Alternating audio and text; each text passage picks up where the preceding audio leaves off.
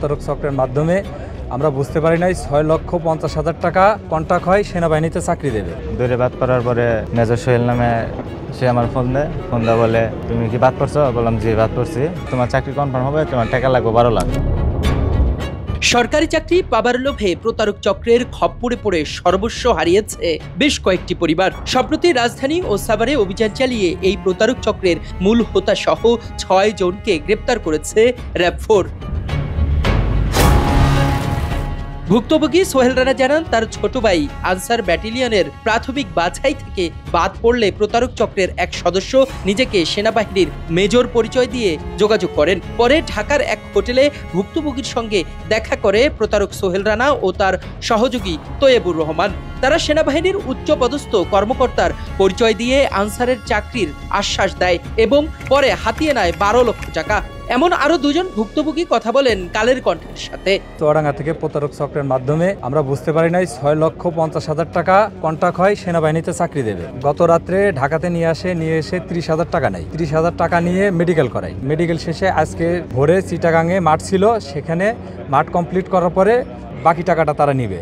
তো এর ভিতরে রাত্রে র‍্যাব 4-এর একটা অভিযান চলে। অভিযান চলার পরে যখন তারা গ্রেপ্তার হয় তখন আমরা বুঝতে পারছি যে আমরা আসলে একটা প্রতারক চক্রের কাছে পড়ছি। আমি দৌড়ে বাদ করি। দৌড়ে বাদ করার পরে গেটের সামনে আসি। গেটের সামনে আসার পরে মেজর সোহেল নামে সে আমার ফোন দেয় বলে তুমি কি বাদ করছো? বললাম জি বাদ করছি। তাহলে থাকো, তোমাকে একটু পরে ফোন দিতেছি। তার একটু পরে ফোন দিয়ে আমার বলতেছে তোমার চাকরি কনফার্ম হবে, তোমার টাকা লাগবে 12 লাখ, তোমার গার্জিয়ানকে ফোন দাও। তারপর আমার বড় ভাইয়ের ফোন দিলাম। বড় ভাইয়ের ফোন দেওয়া তার মেজর সোহেলের নাম্বারটা দিলাম। নাম্বার দেওয়ার পরে কথাবার্তা বললো। পরে ভাই আসলো। ভাই আসার পরে মেজর সোহেলের সাথে এলো রাত 12টার দিকে দেখা হয়। ভাইয়ের সাথে কথাবার্তা বললো যে আপনার অ্যাপয়েন্টমেন্ট কার্ড দেবো, ইনশাল্লাহ চাকরি হবে, টাকা দিতে হবে। অ্যাপয়েন্টমেন্ট কার্ড দেবো, তখন আপনি 6 লাখ টাকা দেবেন, আর 6 লাখ টাকা পরে দেবেন যখন ট্রেনিংয়ে যাবেন। বান্ডেল থাকলে প্রতি সেনমানিতে টাকা বাঁচবে।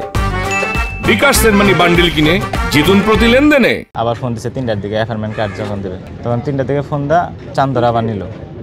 নিয়ে হেরা চান্দরা থেকে গাড়িতে উঠাইলো মেজর সোহেল। উঠাইয়া পরে হইলো আনসার একাডেমির সামনে নিয়ে আসলো। নিয়ে এসে মুস্তাক নামে যে এলো আনসারের বড় অফিসার পরিচয় দিতে, সে এলো। পরে ওইখান থেকে উঠলো। ওঠার পরে ওইখান থেকে ঘুরাইয়া পরে আমাদেরকে এলো মিরপুর 1-এ হোটেলে নিয়ে আসলো। হোটেলে নিয়ে আসা পরে অ্যাপয়েন্টমেন্ট কার্ডটা দিল। দেওয়ার পরে আমরা বুঝি নাই যে এটা ভুয়া। পরে টাকা বাসায় ফোন দিলাম যে টাকা লাগবে, তো বাসায় থেকে পাঠাই দিল। পাঠাই দেওয়ার পরে আমাদেরকে ছাড়ছে। পরে আমাদেরকে গাড়িতে উঠাই দেওয়া হয়েছে। আমরা বাসায় গেলাম। বাসায় যাওয়ার পরে আমাদের এলো বাড়িটায় চাকরি করে, তাদেরকে দেখালাম। তারা বলে যে এটা ভুয়া, সিংসার ভুয়া। মিরপুর 1-এ হোটেল লন্ডন প্লেস আমাদেরকে এখানে রাইখা নিয়োগপত্র দেওয়া হয় এবং কি টাকাটাও বাসা থেকে পাঠায়। বাসায় যাই নিয়োগপত্র নিয়ে 5 লক্ষ টাকা পাঠানো হয়েছে। অ্যাকাউন্টে পাঠানো হয়েছে 4 লক্ষ টাকা, আর বিকাশ আর নগদের মাধ্যমে পাঠানো হয়েছে 1 লক্ষ টাকা। বাসায় আসার পরে এটা আমার যে পাশের এলাকায় যার চাকরি হয়েছে সেই নিয়োগপত্রের সাথে মিলানোর পর সেটা ভুয়া প্রমাণিত হয়, মানে মিলে না। সেটা তারপরে আমরা যে র‍্যাব স্যারদের সাথে কথা বলি। র‍্যাব পরবর্তী সময়ে অভিযান চালিয়ে মূল হোতা সহ 6 জনকে গ্রেপ্তার করে। সোহেল রানা ওরফে মিলন, তোয়েব ওরফে মুস্তাক, মোহাম্মদ সজীব মুন্সি, শামীম আহমেদ, মোহাম্মদ মাওলাদ আলী খান এবং সোহেল রানা ওরফে জিন্না গ্রেপ্তার হয়। তাদের কাছ থেকে একটি প্রাইভেট কার, 7টি মোবাইল ফোন, 2টি ভুয়া নিয়োগপত্র ও নগদ প্রায় 1 লক্ষ টাকা উদ্ধার করা হয়। এছাড়া প্রতারণার ফাঁদে ফেলা আরও এক ভিকটিমকেও ঘটনাস্থল থেকে উদ্ধার করা হয়। তারা যখন বুঝতে পারেন যে তারা প্রতারিত হয়েছেন, তখন তারা আমাদের র‍্যাব 4-এ আসেন এবং আমাদেরকে একটি অভিযোগ দেন।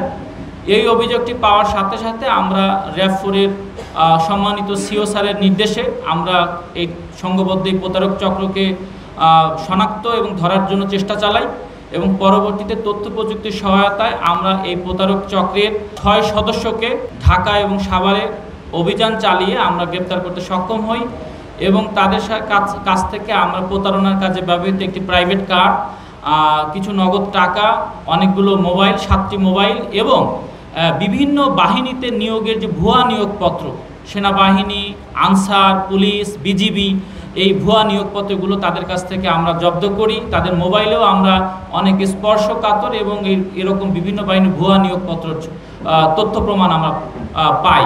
গ্রেপ্তারকৃতদের বিরুদ্ধে বিভিন্ন থানায় একাধিক মামলাও রয়েছে। একই ধরনের প্রতারণার কারণে এর আগেও তারা 2 দফা গ্রেপ্তার হয়েছিলেন। বর্তমানে তাদের বিরুদ্ধে আইনানুগ ব্যবস্থা প্রক্রিয়াধীন রয়েছে বলেও জানান র্যাব। ইখলাসুর রহমান, কালের কণ্ঠ।